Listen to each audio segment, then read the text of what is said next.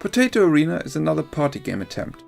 Similar to Rubber Royale, Potato Arena hasn't released yet, but published on Steam a multiplayer prologue for players to try out the game. The prologue includes 4 of the planned 10 minigames for the launch. Potato Arena got its name due to potato people being the protagonists of the game. The cutscenes of the trailer highlight this and are also somewhat entertaining. That being said, it's not like potato characters would be anything special, and in-game you can't really see any difference to the hundreds of other games with supposedly cute mascot characters. Every match of Potato Arena is limited to 4 players. The game, to its credit, gives you a lot of options how you want to play. You can play with bots, in local multiplayer on the same PC, in random online lobbies or private online lobbies with friends. Bots can also be used to fill up those matches if you got less than 4 humans around. I could play online with a friend, but I had no luck in finding random players. Developers have been writing about multiple multiplayer issues. It's just a prologue, but it would be important to fix those issues for the full launch.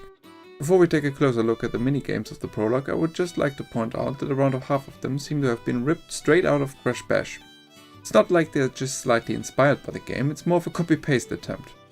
This can only be excused if they're at least nearly as good as the original, which, spoiler alert, they aren't. Crazy Painting is a blatant rip-off of the Pogo Pandemonium stages from Crash Bash. Players jump on fields to mark them with their color and have to collect a flag stick to secure points. There are special power-ups to move faster or attack other players. We have seen all of that in Pogo Pandemonium first, just better looking and controlling. Water Wrestle, on the other hand, is the potato version of the Polar Push stages from Crash Bash. Players have to bash each other from a tilting platform. Water Wrestle, however, misses the awesome polar bears the players should be riding upon. In contrast to the original, the controls are also far more lackluster. The stages in Polar Push were obviously very slippery, but players were nonetheless always in control of their movement. The Water Wrestle movement feels more random and lame. The other 2 stages of the multiplayer prologue are more original, or at least they didn't copy Crash Bash. Calling them unique, however, would be an obvious lie.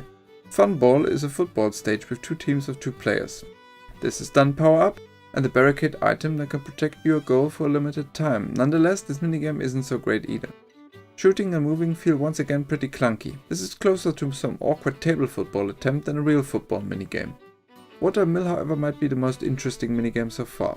Players are walking on 2 opposite spinning wheels and have to hit each other off the map with fishes they can catch.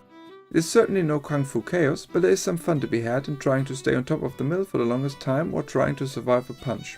Nonetheless, this stage is also plagued by imprecise controls, which can give the combat a lackluster feeling. So let's take a brief look on the other future minigames. Nippon Goal will be another rip-off of the ballistic stages from Crash Bash. You can only move on your goal line and have to block balls from entering your goal. Instead, you have to shoot them into the goals of the other players. The other stages are thankfully not just stolen by Crash Bash, but also quite minimalistic and nothing we haven't already seen in either other forgettable games or done much better. In Snake Sabotage, you have to try not to get eliminated by fire snakes in a grass field. In Slidefest, players have to run from left to right while avoiding angry village inhabitants. There are a lot of mediocre runner mobile games with similar stages. The cinematic trailer certainly made the stage look cooler than the gameplay looks. Cliff Arena looks like a bad 2D brawler, and Dogfight seems to be a tiny plane combat stage. The map looks way too small to host plane fights.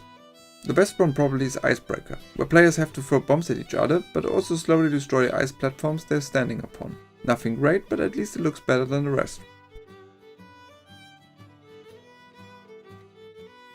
The multiplayer prologue is obviously not the finished product, but at this point I would be shocked if Potato Arena would become a really good game. There are some positive aspects here, like the availability of local and online multiplayer plus full bot implementation.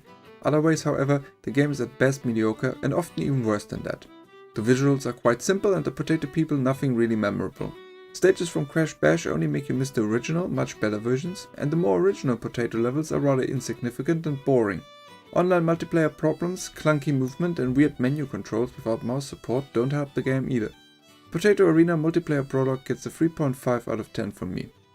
Thanks for watching the video, and I hope to see you in the next one.